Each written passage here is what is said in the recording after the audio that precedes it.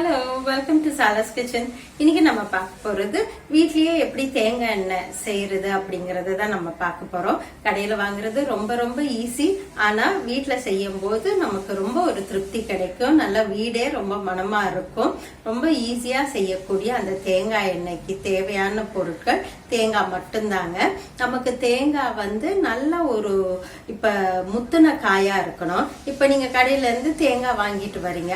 வாங்கிட்டு வந்த காயோ 2-3 நாள் கழிச்சு நீங்க உடைக்கும் போது ஒண்ணு அந்த காய் நல்ல முத்தலா இருக்கும், அல்லது உடைச்ச பிறகு ரொம்ப ஒரு எண்ணெய் பிசுக்கா இருக்கும். அப்படி இருக்கிற அந்த 2 காயுமே நமக்கு சட்னிக்கோ குருமாக்கோ பொரியலுக்கோ அது நல்லா இருக்காது.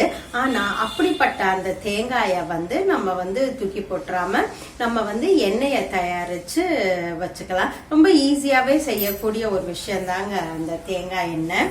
இப்ப என்னன்னா, ஒரு முத்தின காயை எடுத்து நான் பால் எடுத்துட்டேன். ஆக்சுவலா முத்தின காயில மட்டும்தான் நமக்கு தேங்காய் பால் நல்லா கிடைக்கும்.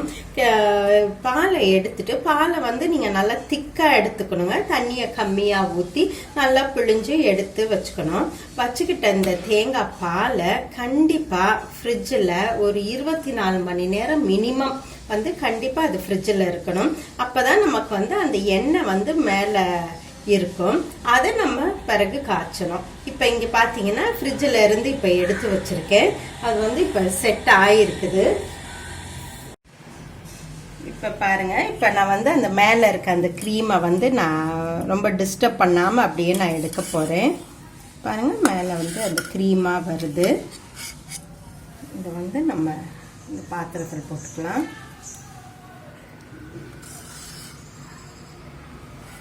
நல்லா திக்கு பால்னா நமக்கு கிரீம் ரொம்பவே கெட்டியா கிடைக்கும். இது கொஞ்சம் அந்த பால் தண்ணியானதுனால கொஞ்சம் கிரீம் கொஞ்சம் லூஸா இருக்கு.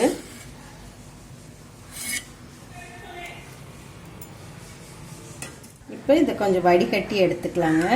ஆனால் நீங்க நல்லா திக்காவே பால் எடுங்க, அப்ப கிரீம் ரொம்ப ஈஸியா கிடைக்கும். இது ரொம்ப வரல. இப்போ என்ன பண்ண போறோம், அடுப்பை பற்ற வச்சு நல்லா ஒரு மீடியம் ஹீட்ல வைக்க போறோங்க. இது சின்ன அடுப்பு, அதுல மீடியம் ஹீட்ல வைக்கிறோம். இது முதல்ல இப்ப உருகட்டும். இப்ப நல்லா கொதிக்குது பாருங்க. இந்த மாதிரி கெட்டியா கொதிக்கணும். இப்ப 10 நிமிஷம் இப்ப வெந்திருக்குங்க. அதாவது ஒரு மீடியம் ஹீட்ல. இப்ப பாத்தீங்கன்னா இது எண்ணெய் பிரிஞ்சு வெளியே வந்திருக்கு. இது கொஞ்சம் திப்பி திப்பியா ஒயிட்டா இருக்குது. ஆனா இந்த திப்பி திப்பியா இருக்கிறது நமக்கு கொஞ்சம் ப்ரௌன் ஆகணும். அது வரைக்கும் நம்ம வேக வைக்கணும். ஸோ இப்போ என்ன பண்ணுங்க, அடுப்பை நல்லா சிம் பண்ணிட்டு இந்த மாதிரி ஒரு சின்ன ஸ்பூனு இது எடுத்துக்கோங்க. ஏன்னா நீங்க பெரிய கரண்டி யூஸ் பண்ணீங்கன்னா பாதி எண்ணெய் அந்த கரண்டியிலே ஒட்டிடும். அதனால இந்த மாதிரி ஒரு சின்னதா எடுத்துக்கோங்க. இப்போ பாருங்க, அதெல்லாம் எண்ணெய் பிரிஞ்சு வருது. இப்போ பாருங்க, இது நல்லா வெந்துருச்சு. அந்த ஹஸ்கெல்லாம் ப்ரௌன் ஆயிடுச்சு. இப்போ நமக்கு இப்போ அடுப்பை நிறுத்திடுங்க. இதுதாங்க இப்போ எண்ணெய். இது என்னன்னா, கொஞ்சம் ஆறுனதுக்கு அப்புறம் நீங்க வடிகட்டி ஊற்றிக்கணும். நல்லா அப்படியே வீடே நல்ல ஒரு மணமா இருக்குங்க.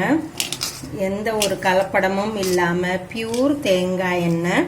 இந்த எண்ணெய் இப்ப ஒரு சின்ன காய்க்கு கிடைச்ச எண்ணெய் தாங்க இது.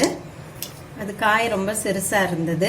நீங்க ஃபர்ஸ்ட் ட்ரையல் பண்ணும்போது ஒரு சின்ன காய், இப்ப நீங்க வாங்கின காய் நான் சொன்ன மாதிரி முத்தி போச்சுன்னா இதை முதல்ல ட்ரையல் பண்ணி பாருங்க. அதுக்கப்புறம் நீங்க உங்களுக்கு நல்லா அந்த ப்ராக்டிஸ் கிடைச்சதுக்கு அப்புறம் நீங்க அடிக்கடி முத்தின தேங்காயா பார்த்து வாங்கி வீட்டிலேயே தேங்காய் எண்ணெயை தயார் பண்ணிக்கலாம். இந்த எண்ணெயை தலைக்கு யூஸ் பண்ணிக்கலாம், அல்லது சமையலுக்கு கூட யூஸ் பண்ணிக்கலாம். இப்போ இது ஓரமாக வச்சுருக்கேன். இது வீடியோக்கு தெரியறதுக்காக இப்படி பண்ணி வச்சுருக்கேன். ஆறின பிறகு நம்ம இதை வடிகட்டி ஒரு பாட்டிலில் போட்டு வச்சுக்கலாம்.